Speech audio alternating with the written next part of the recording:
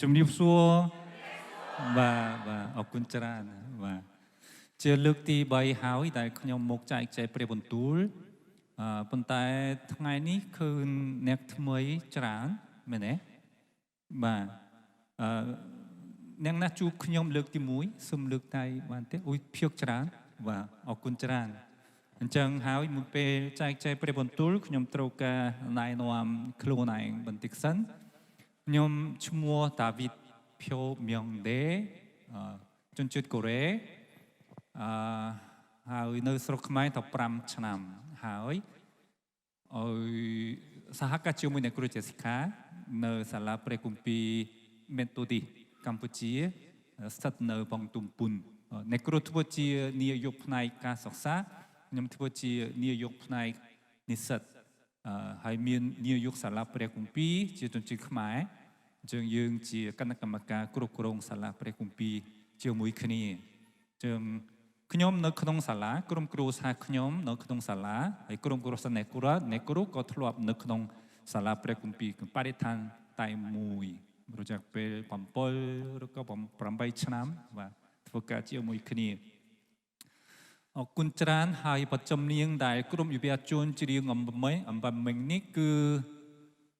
ប៉ះពាល់ចិត្តខ្ញុំខ្លាំងមែនទែនហើយអត្ថន័យនោះចំនឹងអត្ថន័យសេចក្តីអធិប្បាយតាមរយៈព្រះគម្ពីរម៉ាថាយចំពុក9នេះផងដែរអញ្ចឹងសូមយើងមើលព្រះគម្ពីរសិនម៉ាថាយចំពុក9ខ1ដល់8អូខេយើងអានជាមួយគ្នាខ្ញុំអានមួយខអរលោកនាងបងប្អូនអានមួយខយើងអានឆ្លើយឆ្លងជាមួយគ្នាម៉ាថាយចំពុក9ខ1ព្រះយេស៊ូវទ្រង់ក៏អៀងចុះទូកឆ្លងទៅឯក្រុងរបស់ទ្រង់វិញ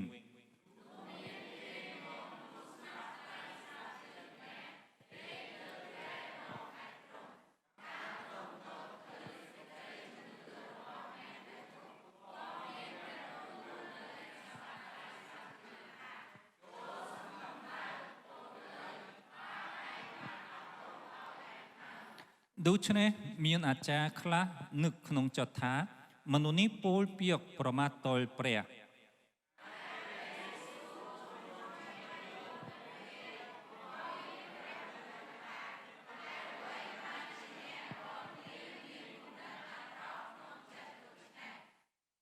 ត្បិតដែលថាបាបឯងបានអត់ទោសឲ្យឯងហើយឬថាឲ្យក្រោកឡើងថាទៅនោះតើពាក្យណាងាយថាជឿជាង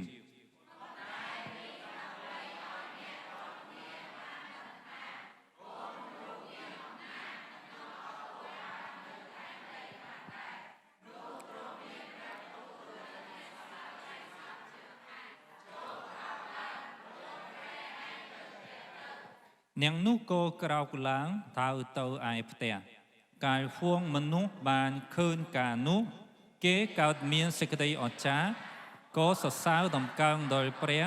ដែលទ្រង់បានប្រទានអំណាចយ៉ាងនេះមកមនុស្សលោកអាមែនសូមអធិដ្ឋានជាមួយខ្ញុំអរគុណព្រះយេស៊ូវសម្រាប់ព្រះបន្ទូលនៅថ្ងៃនេះសូមព្រះវិញ្ញាណបរិសុទ្ធគង់ជាមួយយើងខ្ញុំបំភ្លឺចិត្តគំនិតរបស់យើងខ្ញុំដើម្បីឲ្យយើងខ្ញុំយល់ពីសេចក្តីពិតរបស់ព្រះទូលបង្គំចែកចាយព្រះបន្ទូលដោយពឹងលើអំណាចនៃព្រះវិញ្ញាណបរិសុទ្ធសូមទ្រង់ទំនាំពាក្យសម្ដីរបស់ទូលបង្គំអធិដ្ឋានក្នុងព្រះនាមព្រះយេស៊ូវគ្រីស្ទអាមែនអាមែនសាច់រឿងនៅក្នុងព្រះគម្ពីរម៉ាថាយចំពុក9ខ1ដល់ខ8គឺនៅព្រះគម្ពីរផ្សេងទៀតក៏បានកត់ទុកដែរនៅក្នុងម៉ាថាយចំពុក9គឺអត់បានរៀបរាប់ច្បាស់លាស់អំពីស្ថានភាពអ្នកដែលស្លាប់ជើងស្លាប់ជើងទេប៉ុន្តែបើសិនជាយើងមើលព្រះគម្ពីរម៉ាកុសចំពុក2យើងនឹងច្បាស់ឧទាហរណ៍ថាព្រះគម្ពីរម៉ាកុសចំពុក2ខ1ដល់ខ12បានរៀបរាប់អំពីស្ថានភាពមនុស្សខ្វិនម្នាក់នេះគាត់មិនអាចទៅបានមនុស្សម្នាក់តែស្លាប់ជើងមានន័យថាតើខ្លួនឯងអត់បាន ចឹងពេលដែលគេឮថាព្រះយេស៊ូវធ្វើការអស្ចារ្យជាច្រើនគេមានសង្ឃឹមថាបើសិនជាមនុស្សស្លាប់តែស្លាប់ជើងនេះទៅដល់កន្លែងព្រះយេស៊ូវគឺពិតជាព្រះយេស៊ូវអាចប្រោះឲ្យគាត់ជាសះស្បើយបានដូច្នេះហើយគាត់មានមកភ័ក្រ4នាក់សែងមនុស្សនោះហើយទៅឯកន្លែងដែលព្រះយេស៊ូវគង់នៅប៉ុន្តែពេលដែលពួកគេសែងមនុស្សដែលស្លាប់តែស្លាប់ជើងទៅដល់ផ្ទះដែលព្រះយេស៊ូវគង់នៅនោះ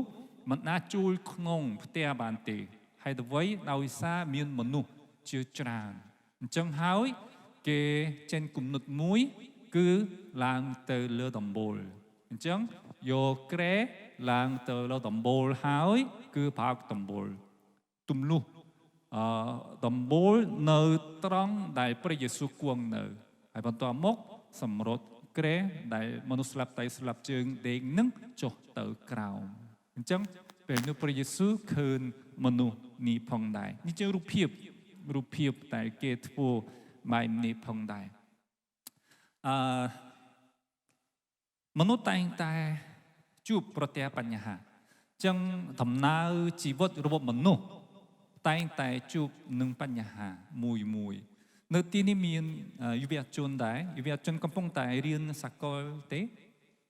ឬក៏មកទៅជាសិស្សអនុវិទ្យាល័យដែលសាកលទេ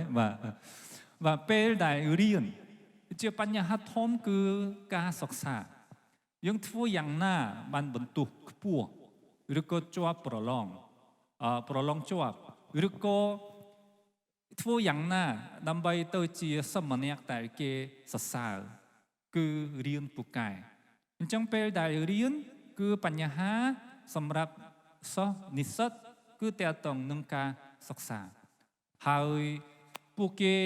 មានអ្នកខ្លះរងចាំពេលណាយើងមានសេរីភាពយើងផុតពីការសិក្សាបានអ្នកខ្លះតែងតែគំនិតបែបនោះប៉ុន្តែពេលដែលចេញពីសាកលវិទ្យាល័យគឺមានបញ្ហាធំមួយទៀតគឺតើតងនឹងកន្លែងធ្វើការយើងរៀនចប់ហើយបើសិនជាអត់មានកន្លែងធ្វើការទេនោះជាបញ្ហាទៀតដែរដូចជាកូនខ្ញុំកូនទី1គាត់រៀនចប់ដល់អនុបណ្ឌិតហើយកំពុងតែរកកន្លែងធ្វើការប៉ុន្តែអត់ទាន់រកឃើញនៅឡើយអញ្ចឹងសម្រាប់គាត់នឹងគឺកន្លែងធ្វើការត្រូវតែមានកន្លែងធ្វើការហើយចាប់ផ្ដើមរកលុយក៏លេងមានទុកព្រួយប៉ុន្តែដោយសារអត់ទាន់មានកន្លែងធ្វើការតែងតែជាបញ្ហាសម្រាប់គាត់ផងដែរប៉ុន្តែបន្ទាប់មកយើងត្រូវតែមានដៃគូមែនទេត្រូវតែមានសង្សារអញ្ចឹងមិនចង់រស់នៅម្នាក់ឯងទេអញ្ចឹងយើងត្រូវតែរកដៃគូហើយបន្ទាប់មកអាពាហ៍ពិពាហ៍យើងត្រូវរៀបការជាមួយដៃគូរបស់យើងចឹងពេលដែលរៀបការហើយនៅពេលនោះគឺសប្បាយចិត្តមែនទែនទោះបីជាកម្មវិធីហត់នឿយយ៉ាងណាប៉ុន្តែពេលដែលរៀបការពិតជាសប្បាយចិត្តប៉ុន្តែមិនយប់ប្រមាណយើងនឹងជួបបញ្ហាមួយនោះឆ្លោះគ្នាបាទពេលដែលរៀបការក៏សប្បាយចិត្តប៉ុន្តែរៀបការហើយមិនយប់ប្រមាណប្តីប្រពន្ធចាប់ផ្ដើមឆ្លោះគ្នាហើយទៅវិញដោយសារទំនៀមទម្លាប់វប្បធម៌ហើយគំនិតខុសពីគ្នាព្រះអង្គបានបង្កើតមនុស្សមានលក្ខណៈខុសគ្នាហើយព្រះអង្គឲ្យមនុស្សពីរនាក់តែលក្ខណៈឬក៏ចរិតខុសគ្នារស់នៅជាមួយគ្នាហើយទៅវិញអត់មានមនុស្សណាមានភាពពេញលេញនោះទេអញ្ចឹងហើយមនុស្សនេះមានលក្ខណៈបែបនេះមនុស្សផ្សេងទៀតមានលក្ខណៈបែបនេះអញ្ចឹងមនុស្សគ្រប់គ្នាមានចន្លោះប្រហោងយើងមានចំណុចខ្វះខាតអញ្ចឹងព្រះអង្គចង់ឲ្យបំពេញចន្លោះខ្វះខាតឬក៏ចន្លោះប្រហោងតាមរយៈដៃគូរបស់យើងអញ្ចឹងយើងតែងតែជួបប្រុសឬក៏ស្រីដែលខុសពីខ្លួនឯងខ្ញុំជាអ្នកជួលចិត្តនិយាយខ្ញុំចង់និយាយរហូតបើសិនជាមានស្រីបែបនោះចាប់អារម្មណ៍ទៅលើប្រុសដែលស្ងាត់ ព្រោះដែលអត់និយាយមែនអត់ ព្រោះយើងចាប់អារម្មណ៍ទៅលើមនុស្សម្នាក់ដែលមានលក្ខណៈដែលខ្ញុំអត់មានអញ្ចឹងហើយយើងចាប់តាមស្រឡាញ់គ្នាហើយរៀបការប៉ុន្តែរៀបការហើយយើងអត់ត្រូវគ្នាអញ្ចឹងហើយចាប់តាមមានបញ្ហាកើតឡើងនៅក្នុងក្រុមគ្រួសារហើយ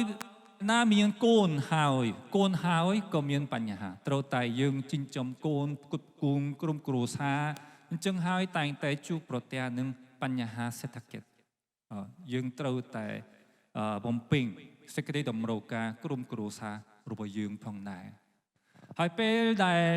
មានហើយក៏នៅតែមានបញ្ហាគឺបញ្ហាកូនដែរពេលដែលកូនទូតគឺអត់មានបញ្ហាទេគឺឪពុកម្ដាយនិយាយលឺទៅគេតែងតែស្ដាប់ពងគាត់ប៉ុន្តែពេលដែលកូនធំហើយចេះគិតខ្លួនឯងទៅចាប់តាមតោះនឹងឪពុកម្ដាយហើយបាទមិនចឹងស្ដាប់ពីឪពុកម្ដាយដែរអញ្ចឹងហើយឪពុកម្ដាយដែលកូនធំហើយមានបញ្ហាជាមួយកូនផងដែរហើយក្រោយមកមានបញ្ហាសុខភាពកើតឡើងមុនពេលដែលមនុស្សស្លាប់មនុស្សតែងតែជួបប្រទះបញ្ហាមួយមែនទេបាទអញ្ចឹងយើងមិនអាចផុតពីបញ្ហាពេលដែលយើងនៅលើផែនដីនោះឡើយប៉ុន្តែបញ្ហាដែលខ្ញុំបានរៀបរាប់អំបញ្ញមិញនេះបានចប់ពេលដែលយើងស្លាប់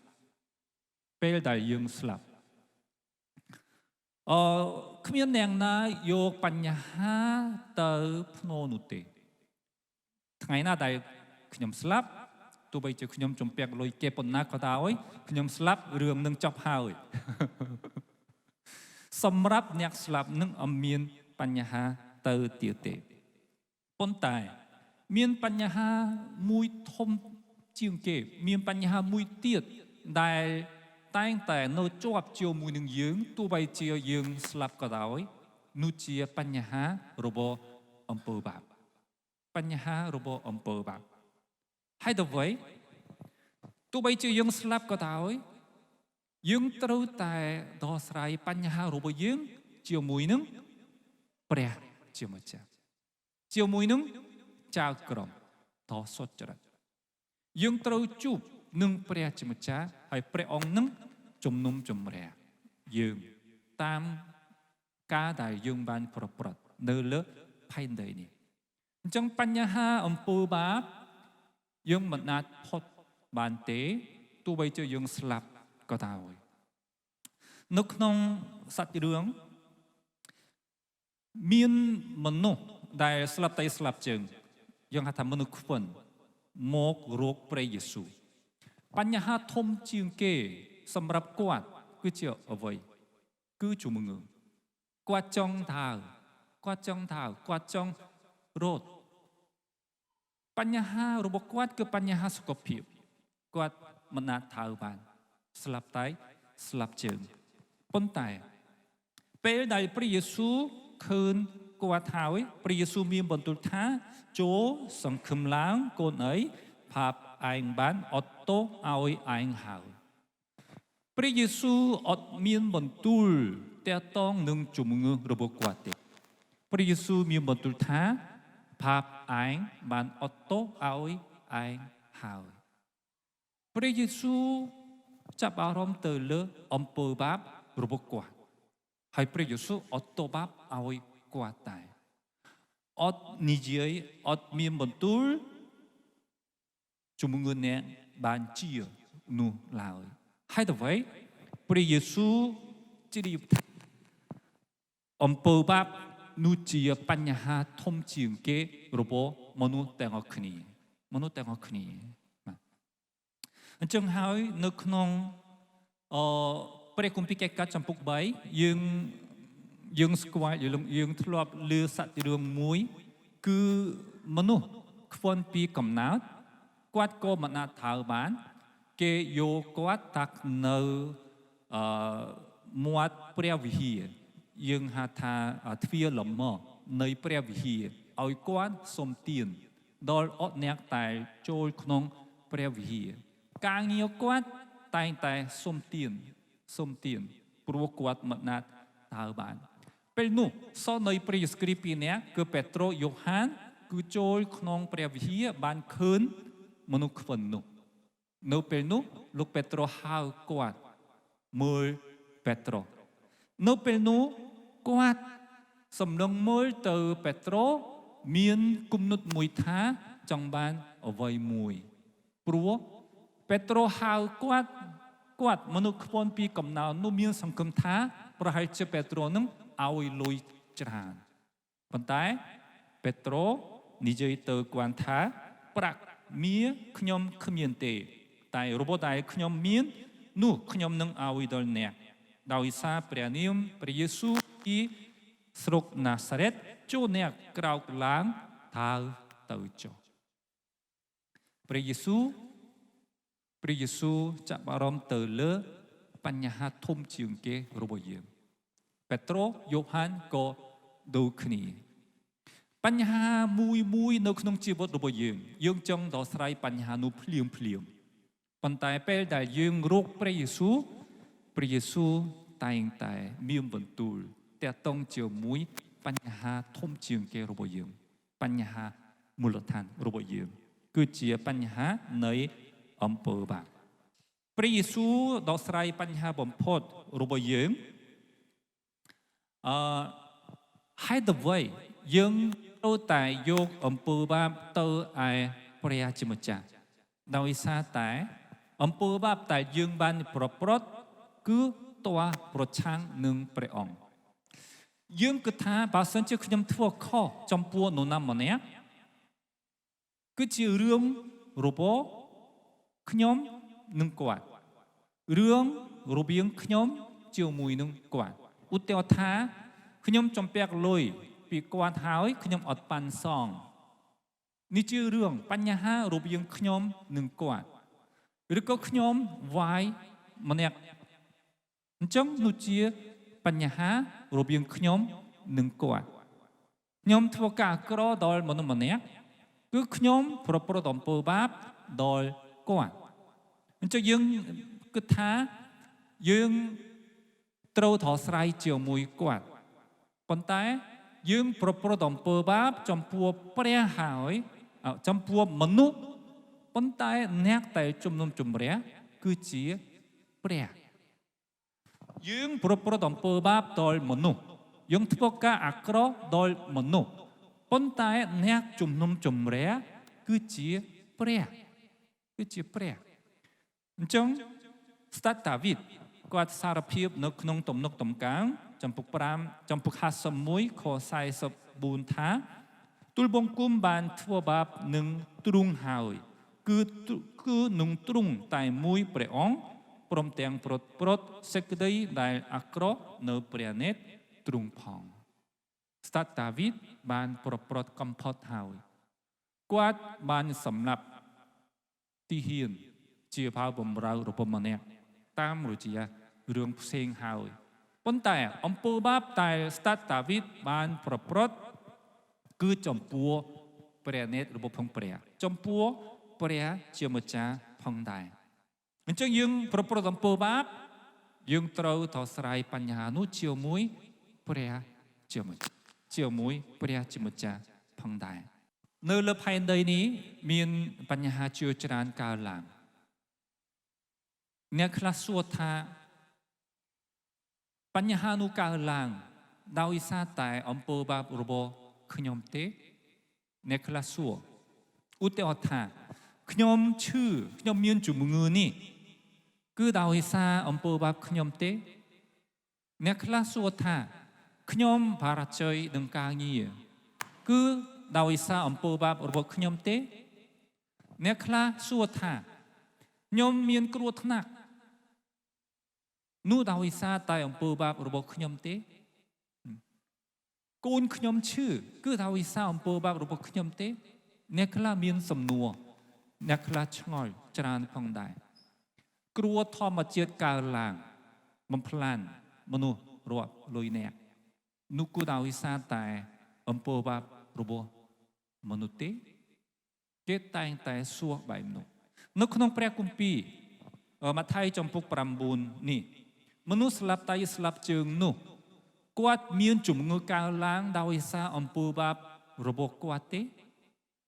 អញ្ចឹងហើយព្រះយេស៊ូវមានបន្ទូលថាបាបរបស់ឯងបានអត់ទោសឲ្យហើយទេតើបងប្អូនគិតយ៉ាងម៉េចបញ្ហាភាពបរាជ័យគ្រោះថ្នាក់កើនឡើងដោយសារអំពើបាបរបស់ខ្ញុំទេបញ្ហាខ្លះកើនឡើងដោយសារតែអំពើបាបរបស់យើងនៅក្នុងគម្ពីរក៏មានដែរព្រះអង្គថាទោសដល់មនុស្សម្នាក់ដែលបានប្រព្រឹត្តអំពើបាបជំងឺអាចកើនឡើងបានដោយសារតែអំពើបាបរបស់គាត់បញ្ហាធំកើតបានដោយសារតែអំពើបាបរបស់គាត់ឧទាហរណ៍ដូចជាបងស្រីរបស់លោកម៉ូសេឈ្មោះម៉ារីមមានជំងឺខ្លងកើតឡើងដោយសារតែអំពើបាបរបស់គាត់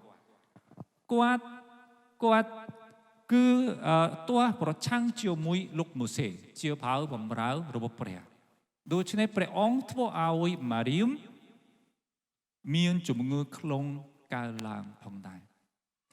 ពេលដែលស្ដេចដាវីតប្រព្រឹត្តកំផុតហើយមានកូនហើយប៉ុន្តែដោយសារតែអំពើបាបរបស់ស្ដេចដាវីតព្រះអង្គឲ្យកូនទូតនោះមានជំងឺកើតឡើងហើយបានស្លាប់ទៅដែរអញ្ចឹងនៅលើផែនដីនេះបញ្ហាខ្លះមិនមែនតែអង្គទេជំងឺក៏ដោយគ្រោះថ្នាក់ចរាចរណ៍ក៏ដោយ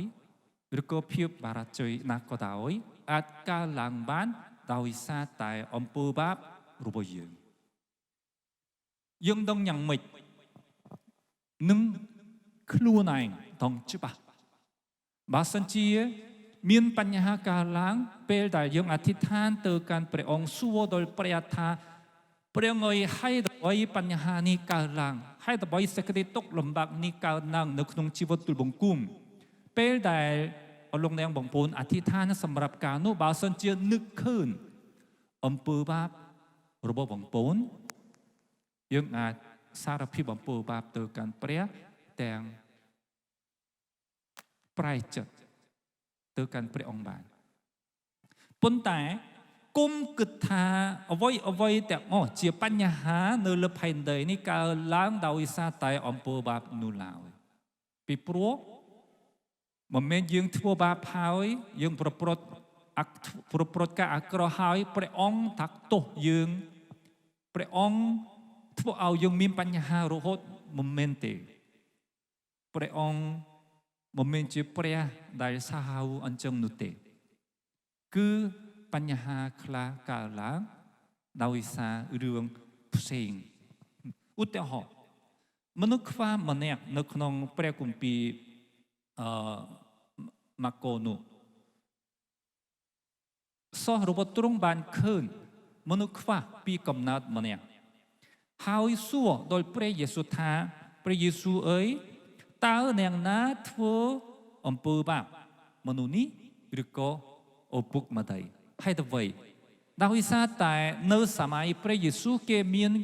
គំនិតមួយថាមនុស្សកើតមកជាពិការពីកំណើតដោយសារតែអំពើបាបចឹងមនុស្សខ្វះពីកំណើតដោយសារតែអំពើបាបអញ្ចឹងគេសួរដល់ព្រះយេស៊ូវថាមនុស្សនេះកើតមកហើយជាមនុស្សខ្វះហើយដោយសារតែអំពើបាបរបស់អ្នកណាអំពើបាបរបស់មនុស្សនេះឬក៏អំពើបាបរបស់ឪពុកម្ដាយនៅពេលនោះព្រះយេស៊ូវមានបន្ទូលឆ្លើយដល់ពួកគេថាមិនមែនទេគាត់មនុស្សខ្វះពីកំណើតមិនមែនដោយសារអំពើបាបរបស់គាត់ឬក៏ដោយសារអំពើបាបរបស់ឪពុកម្ដាយនោះទេគាត់កើតជាមនុស្សខ្វះដើម្បីឲ្យកិច្ចការរបស់ព្រះបានសម្ដែងមកតាមរយៈជីវិតរបស់គេអញ្ចឹងជំងឺខ្លះបញ្ហាខ្លះកើតឡើងដើម្បីសម្រាប់កិច្ចការរបស់ព្រះដែរ ចឹងនៅក្នុងផែនដីនេះយើងជួបបញ្ហាមួយជាច្រើនពេលខ្លះដោយសារតែអំពើបាបរបស់យើងប៉ុន្តែពេលខ្លះយើងជួបទុក្ខលំបាកដើម្បីសម្រាប់កិច្ចការរបស់ព្រះហើយតាមរយៈនោះមនុស្សដឹងថាមនុស្សជាអ្នកខ្សោយមានភាពកំសោយបើសិនជាយើងអត់មានបញ្ហានៅក្នុងជីវិតរបស់យើងទេមនុស្សតែងតែមានអំនួតអួតខ្លួនយើងមើលល្ងាយដល់អ្នកដទៃប៉ុន្តែពេលដែលយើងជួបនឹងបញ្ហា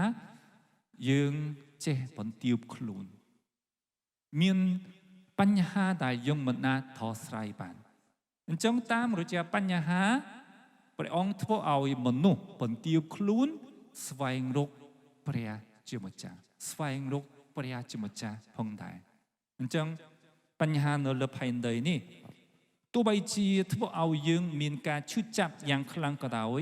មានប្រយោជន៍សម្រាប់ជីវិតរបស់យើងដែរប៉ុន្តែនៅក្នុងបញ្ហានោះគឺបញ្ហាធំជាងគេគឺអំពើបាប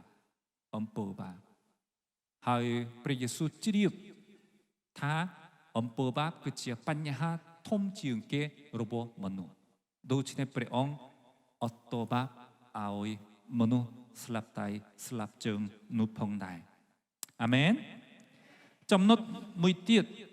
ដែលយើងរៀនតាមរយៈអត្ថបទនេះព្រះយេស៊ូវមានអំណាចអត់ទោសបាបព្រះយេស៊ូវមានអំណាចអត់ទោសបាបពេលដែលព្រះយេស៊ូវមានបន្ទូលថាបាបឯងបានអត់ទោសឲ្យហើយនៅពេលនោះនៅក្នុងនោះគឺមានអាចារ្យខ្លះគេចាប់ផ្ដើម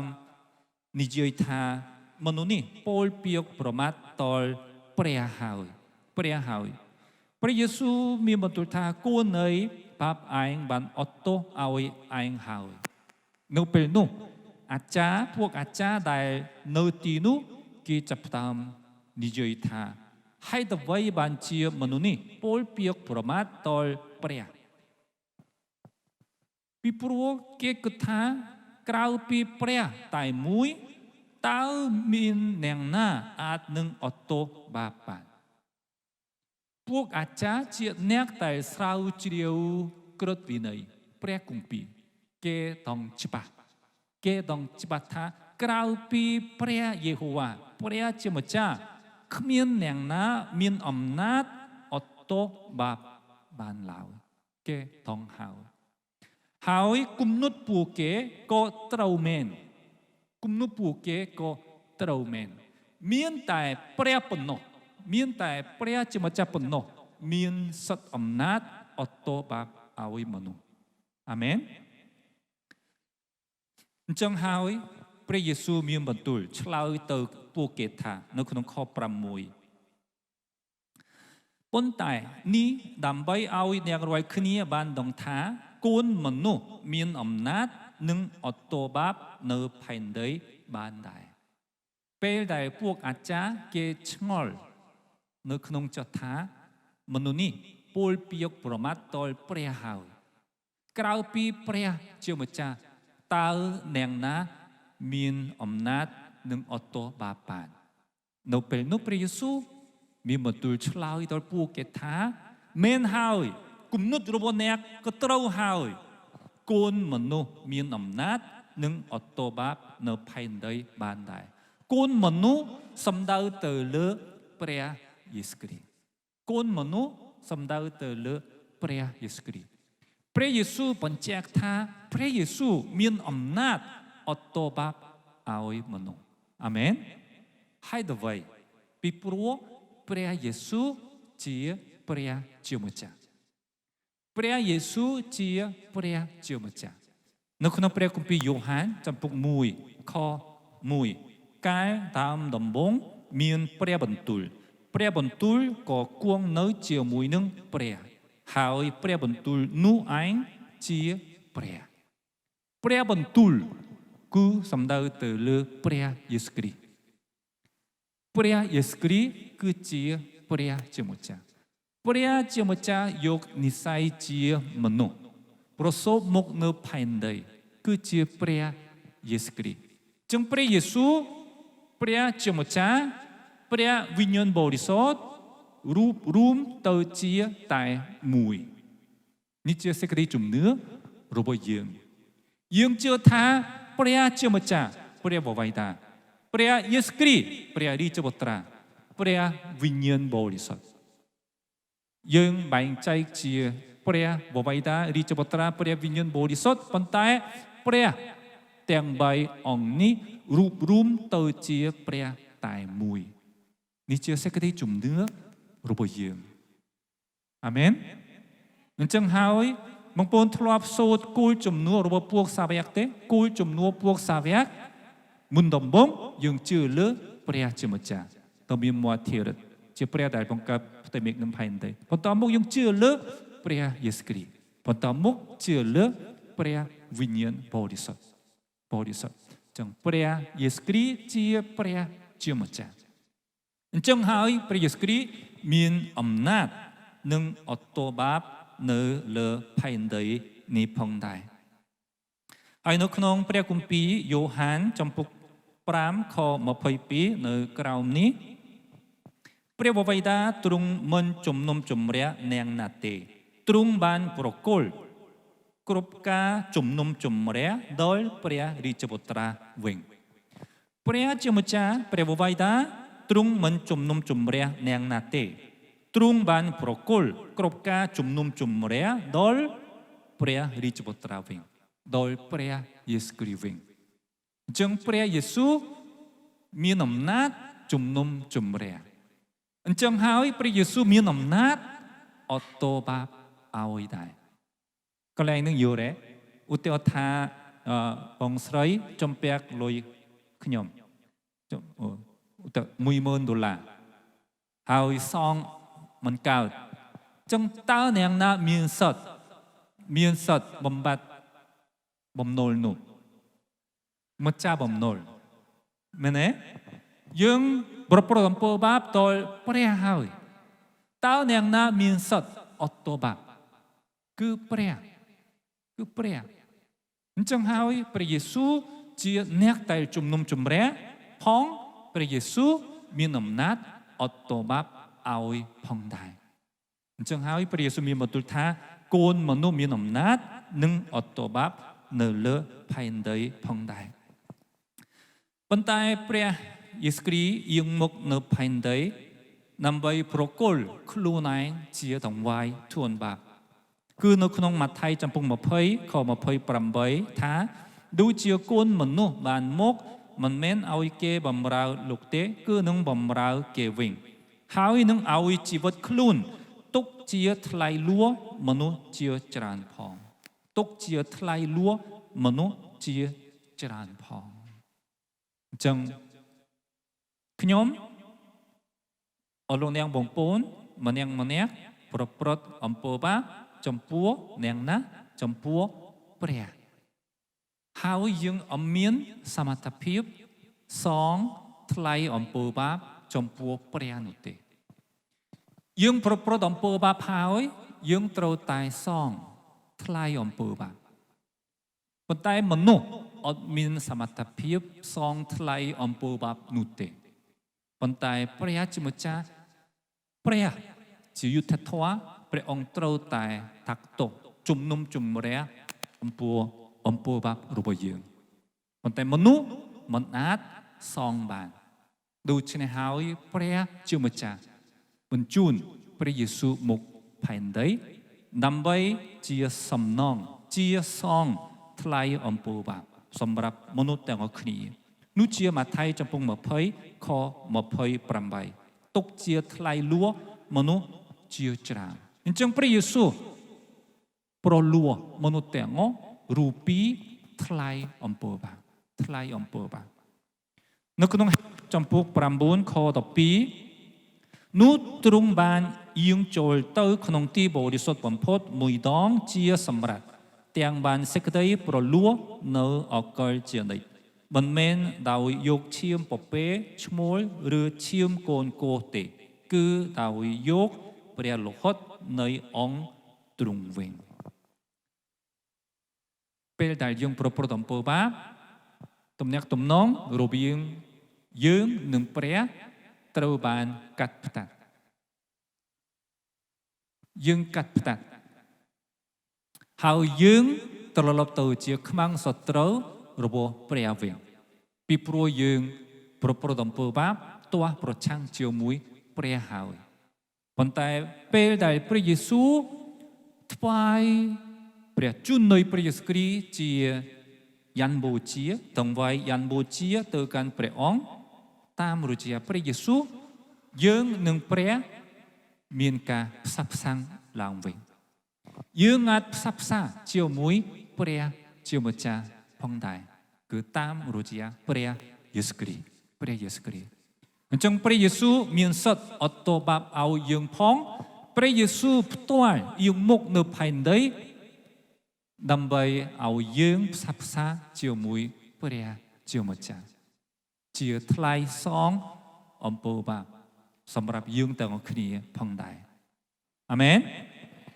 អញ្ចឹងហើយតើយើងត្រូវធ្វើយ៉ាងម៉េចពីព្រោះគម្ពីរនិយាយថាមនុស្សគ្រប់គ្នាបានប្រព្រឹត្តអំពើបាបខ្វះមណ្ឌលសេរីល្អនៃព្រះខ្ញុំគិតថាបងប្អូនទាំងអស់គ្នានៅទីនេះយល់ព្រមជាមួយនឹងខគម្ពីរនោះគ្មានអ្នកណាអះអាងថាខ្ញុំអត់តែប្រព្រឹត្តអំពើបាបនោះទេមែនអត់មានទេបងប្អូនណាអាចនិយាយថាហ៊ាននិយាយថាខ្ញុំអត់តែប្រព្រឹត្តអំពើបាបសោះមានអត់យើងទទួលស្គាល់ថាខ្ញុំជាមនុស្សមានបាបមែនទេបាទយើងទាំងអស់គ្នាព្រមទាំងខ្ញុំដូចគ្នាដែរខ្ញុំជាមនុស្សមានបាបធ្លាប់ប្រព្រឹត្តអំពើបាបច្រើនប៉ុន្តែយើងប្រព្រឹត្តអំពើបាបចំពោះព្រះទោះបីជាយើងស្លាប់ក៏ដោយបញ្ហានៃអំពើបាបអត់ទាន់ដោះស្រាយត្រូវតែជួបព្រះជាម្ចាស់ព្រះអង្គនឹងជំនុំជម្រះតាមអំពើបាបរបស់ខ្ញុំអញ្ចឹងហើយតើយើងត្រូវធ្វើដូចម្តេចដើម្បីដោះស្រាយបញ្ហានៃអំពើបាបយើងត្រូវតែធ្វើដូចមនុស្សស្លាប់តែស្លាប់ជើងច្រឡំអ្នកដែលមករកព្រះយេស៊ូវដោយសេចក្តីជំនឿនឹងទទួលព្រះគុណនៃការអត់ទោសបាប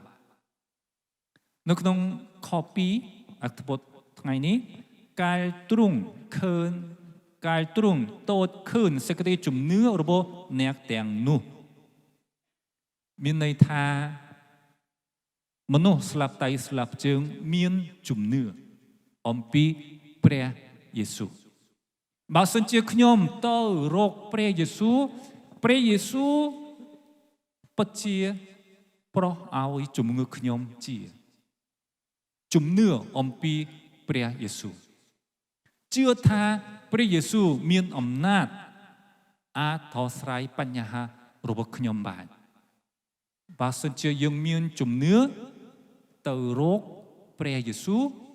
ព្រះយេស៊ូវនឹងជួយដោះស្រាយបញ្ហារបស់យើងអាមែនអាមែនខ្ញុំឮថាអស់លោកអ្នកបងប្អូននៅទីនេះភាគច្រើនជាអ្នកជឿព្រះយេស៊ូវគ្រីស្ទមែនទេខ្ញុំឮអញ្ចឹងដែរបងប្អូនទាំងអស់គ្នាភាគច្រើនជា 99% ជាអ្នកជឿព្រះយេស៊ូវគ្រីស្ទចង់សួរថាហេតុអ្វីយើងជឿលើព្រះយេស៊ូវគ្រីស្ទយើងត្រូវសួរសំណួរនេះរាល់ថ្ងៃហេតុអ្វីខ្ញុំជឿលើព្រះយេស៊ូវគ្រីស្ទហេតុអ្វីខ្ញុំជឿលើព្រះយេស៊ូវគ្រីស្ទចង់រៀនពូកែដោយសារព្រះអង្គប្រទានប្រាជ្ញាដល់ខ្ញុំអ្នកមិនជឿព្រះយេស៊ូវគ្រីស្ទអាចរៀនពូកែជាងយើងបានចង់ទទួលជោគជ័យចង់បានទ្រព្យសម្បត្តិច្រើនទោះបីជាយើងអត់ជឿព្រះយេស៊ូវគ្រីស្ទយើងអាចទទួលជោគជ័យបានយើងអាចមានទ្រព្យសម្បត្តិច្រើនបានចង់ជាពីជំងឺយើងជឿលើព្រះយេស៊ូវគ្រីស្ទពេលខ្លះទោះបីជាអធិដ្ឋានខ្លាំងយ៉ាងណាក៏ដោយជំងឺរបស់យើងអត់ជឿទេ ហើយនោះធម្មជាតិបើសិនជាយើងអធិដ្ឋានទៅព្រះហើយព្រះអង្គតែងតែប្រោឲ្យជំងឺយើងជានោះជាបញ្ហា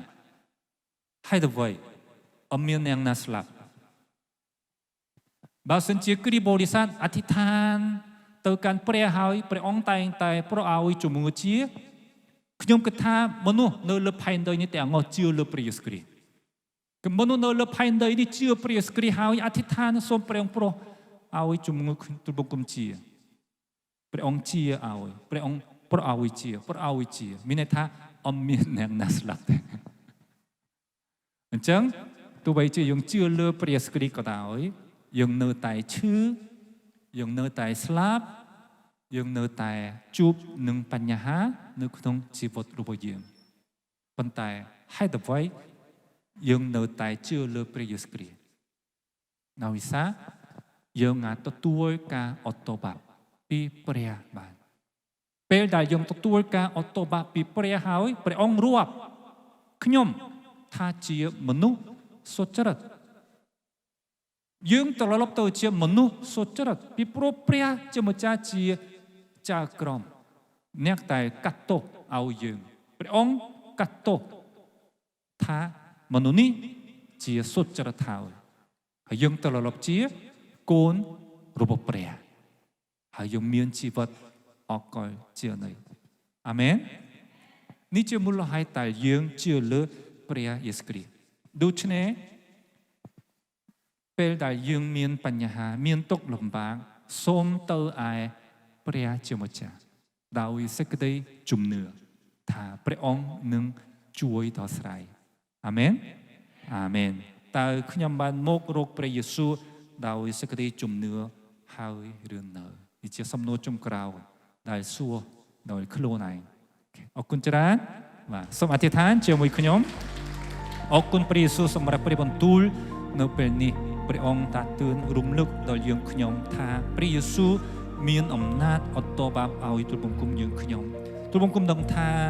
បញ្ហាធំជាងគេនៅក្នុងដំណើរជីវិតទូលបង្គំគឺជាបញ្ហានៃអំពើបាបពីព្រោះយើងមិនណាដោះស្រាយបញ្ហាអំពើបាបដោយខ្លួនឯងបានទេដូច្នេះសូមឲ្យយើងខ្ញុំរកព្រះយេស៊ូវដើម្បីទទួលការអត់ទោសបាបដើម្បីបានជាមនុស្សសុចរិតនិងមានជីវិតអកលជានិច្ចហើយរស់នៅជាកូនរបស់ព្រះផងដែរទូលបង្គំអរព្រះគុណអធិដ្ឋានក្នុងព្រះនាមព្រះយេស៊ូវគ្រីស្ទអាមែន